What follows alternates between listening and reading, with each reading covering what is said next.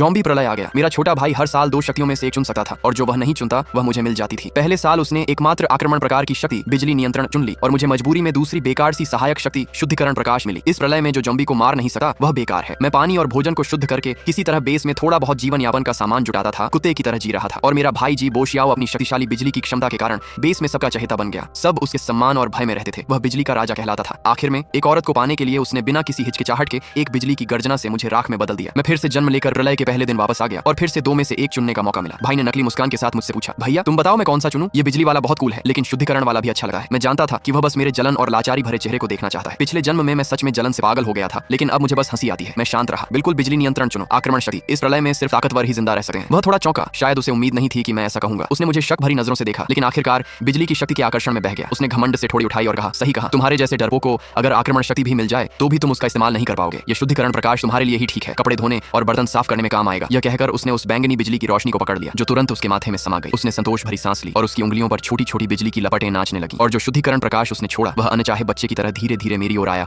और मेरे शरीर में समा गया। एक गर्माहट पूरे शरीर में फैल गई। बहुत आरामदायक, लेकिन सच में कोई आक्रमण शक्ति महसूस नहीं हुई। भाई ने मुझे तिरस्कार भरी नजर से देखा, मुड़कर कमरे से बाहर चला गया और माँ बाप को अपनी शक्ति दिखाने चला गया। मैंने दरवाजा बंद किया और धीरे से एक लंबी सांस छोड़ी। उसे नहीं पता था कि शुद्धिकरण प्रकाश बाद में किसी भी आक्रमण शक्ति से ज्यादा कीमती साबित होगा। ये सिर्फ पानी और भोजन को शुद्ध नहीं कर सकता बल्कि ज़ॉम्बी वायरस को भी साफ कर सकता है। एक ऐसी शक्ति जो संक्रमण को खत्म कर सकती है। इस प्रलय में इसका मतलब क्या है? इसका मतलब है सर्वोच्च शक्ति और अधिकार। और मेरे भाई ने खुद अपने हाथों से यह अपार शक्ति मेरे सामने लाकर रख दी। खिड़की के बाहर आसमान तेजी से अंधेरा होने लगा। हवा में सड़ांत की मीठी बदबू फैलने लगी। सड़क पर चीखें और अराजकता की आवाजें गूंजने लगी। दरवाजा जोर जोर से पीटा जाने लगा। पापा बाहर से चिल्ला रहे थे। मैंने कोई ध्यान नहीं दिया बल्कि कमरे में सबसे भारी चीज से दरवाजे को कसकर बंद कर दिया। बाहर की गालियां और चीखें और भी साफ सुनाई देने लगी। बीच बीच में भाई की झुंझलाहट भरी आवाज भी थी। जल्द ही बाहर की आवाजें गायब हो गईं। मुझे पता था वे चले गए जैसे पिछले जन्म में, बिना किसी हिचकिचाहट के मुझे छोड़कर। मैं दरवाजे से टिक गया। गलियारे से आती चीखों को सुनते हुए दिल में ठंडापन छा गया। अंधेरे में मैंने अपना दाहिना हाथ उठाया और मेरी हथेली में एक नरम सफेद रोशनी चमक उठी। यही शुद्धिकरण प्रकाश था। मैंने अपने बैग से थोड़ी गंदी हो चुकी पानी की बोतल निकाली और उस पर यह रोशनी डाली। कुछ ही सेकंड में पानी की सारी गंदगी गायब हो गई और वह बिल्कुल साफ हो गया। मैंने बोतल खोलकर एक घूंट पिया। स्वाद मीठा और ताजा था, प्रलय से पहले के सबसे अच्छे पानी से भी बेहतर। फिर मैंने एक एक्सपायर होने वाला ब्रेड निकाला और उसे भी शुद्ध किया। सूखी रोटी फिर से नरम हो गई और ताजी खुशबू देने लगी। यही मेरी शुरुआत की सबसे बड़ी ताकत थी। इस दुनिया में जहां खाना और पानी सोने से भी ज्यादा कीमती है, मुझे कभी भूखा नहीं रहना पड़ेगा। अगले 7 दिनों तक मैं कमरे में ही रहा। बाहर की दुनिया पूरी तरह नरक बन चुकी थी और मेरा कमरा ही एकमात्र सुरक्षित जगह था। मैंने फ्रिज में सड़ने वाले खाने को एक एक करके शुद्ध किया जो मुझे 1 महीने तक चल सकता था। 8वें दिन बाहर की चीखें धीरे धीरे कम हो गई। मुझे पता था कि पहला अराजक द्वार खत्म हो गया है। बचे हुए लोग अब अपने अपने ठिकाने बना रहे